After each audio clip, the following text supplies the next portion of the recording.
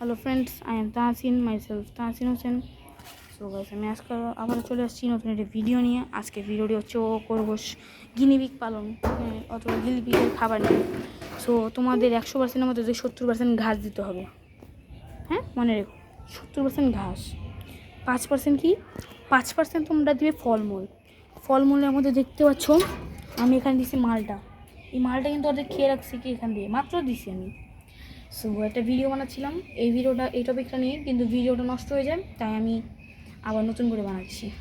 হ্যাঁ, সো তোমরা এখানে এরকম ফল দিবে, হচ্ছে কি মালটা, কমলাটা ছিলে দিবে। হ্যাঁ, আর মালটাটা তো ছিলকা সরিয়ে দিবে। কমলা, মালটা, আপেলের সিডসটা দিবে না, অথবা কোনো ফলের সিডস দিবে না। কলা দিতে পারো, সাগর কলা দিবে যাতে সিডস না থাকে। কলা দিতে পারো, আরও দিতে পারো নাশপাতি বেশি দিলে তাদের ঠান্ডা লেগে যাবে। দিতে পারো আনার, দিতে পারো স্ট্রবেরি, দিতে পারো আঙুর, আরও দিতে পারো হচ্ছে কি হচ্ছে পানি খাইতে গেছে, পানি খাচ্ছে ফিমেলটা যাচ্ছে। আরও দিতে পারো তোমরা হচ্ছে পেঁপে, মিষ্টি কুমড়া, না, তরমুজ। এবং তোমরা একটা জিনিস খেয়াল রাখবে, সেটা হচ্ছে কি তোমরা কোন সময় কাঁঠাল দিবে না। অনেকে ভুল করে কাঁঠাল দিয়ে দেয়। আর 5% দিবে হচ্ছে গিয়ে তোমরা, যেটা আমি বলবো সেটা হচ্ছে গিয়া সবজির মধ্যে থেকে তুমি দিবা 5% সবজি দিবা। 5% সবজি হলো 5% সবজির মধ্যে থেকে তুমি দিবা হচ্ছে গিয়ে প্রথম মিষ্টি কুমড়া, শসা, তারপর দিতে পারো হচ্ছে গিয়া লুইবার সিডসটা দিবে না, শুধু তার লাম্বা লুইবাটা দিবে। আরও দিতে পারো তুমি পায়না কদু। আর যেটা দিবে না সেটা হচ্ছে গাজর। অনেকে বলে খরগোশ নাকি গাজর প্রিয় এবং গিনিপিগ। এই বলে জীবনে করবে না, গাজরটা জীবনে দিবে না, কারণ গাজর দিলে তাদের মৃত্যু ঘটে। গাজরটা তারা হজম করতে পারে। এবং দিবে ফুলকপির পাতা, বাঁধাকপি। ফুলকপি কেন দিবে না?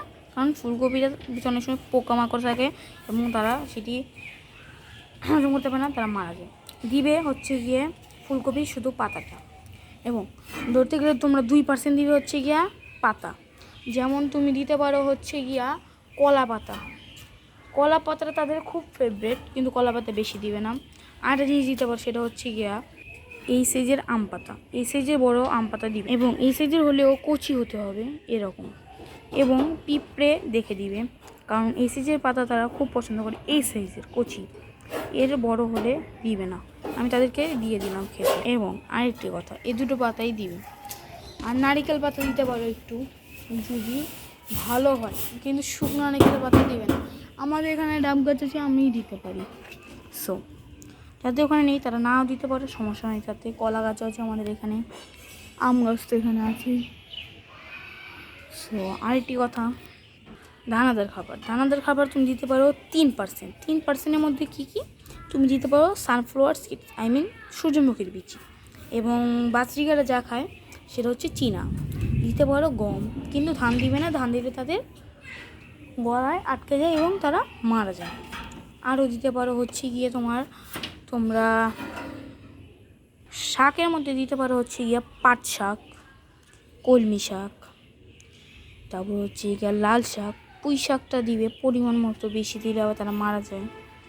পুঁই শাক, মূলার উপরে যে আর কি পাতাটা থাকে সেটা একটা ঘাসই ধরতে গেলে শাকই। সো এইগুলো দিবে। আরও দিতে, আর সবসময় চেষ্টা করবো তাদেরকে মূলা শাকটা দিতে, কারণ তারা সেটা খায়, খুব পছন্দ করে। আমি সাথে ভিডিওটা করি, এই যে আমার মালটাটা খাচ্ছে। সো আরও দিতে পারো, ওই যে ফিমেলটা এখন প্রেগনেন্ট, তো তাই ভয় পাচ্ছে, কালকে একটা ভিডিও দিছিলাম। আর তোমরা হচ্ছে ওই যে ইফতারির সময় যে কালো বুট খাও না, মানে ছোলা বলে যেটাকে, সেটাকে রাত 10টার সময় অথবা 8টার সময় ভিজিয়ে রাখলে ভালো। যত নরম হবে তাদের জন্য তত ভালো, কিন্তু 8টার সময় ভিজিয়ে রাখার চেষ্টা করবে। 8টার সময় ভিজিয়ে সকাল 10টার সময় দেওয়াটা চেষ্টা করবে, কারণ সেটাতে নরম হয়। কেমন কতকত করে আওয়াজ হচ্ছে, সে খাচ্ছে। এগুলো দিতে চেষ্টা করবে। এগুলো দিলে হয় কি, তারা খুব আনন্দে খায়।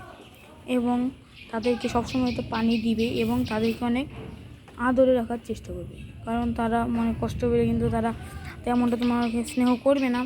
সেই ভিডিওটি ছিল আজকে এ পর্যন্তই। সবাই লাইক কমেন্ট শেয়ার করে পাশে থাকো। আসসালামু আলাইকুম।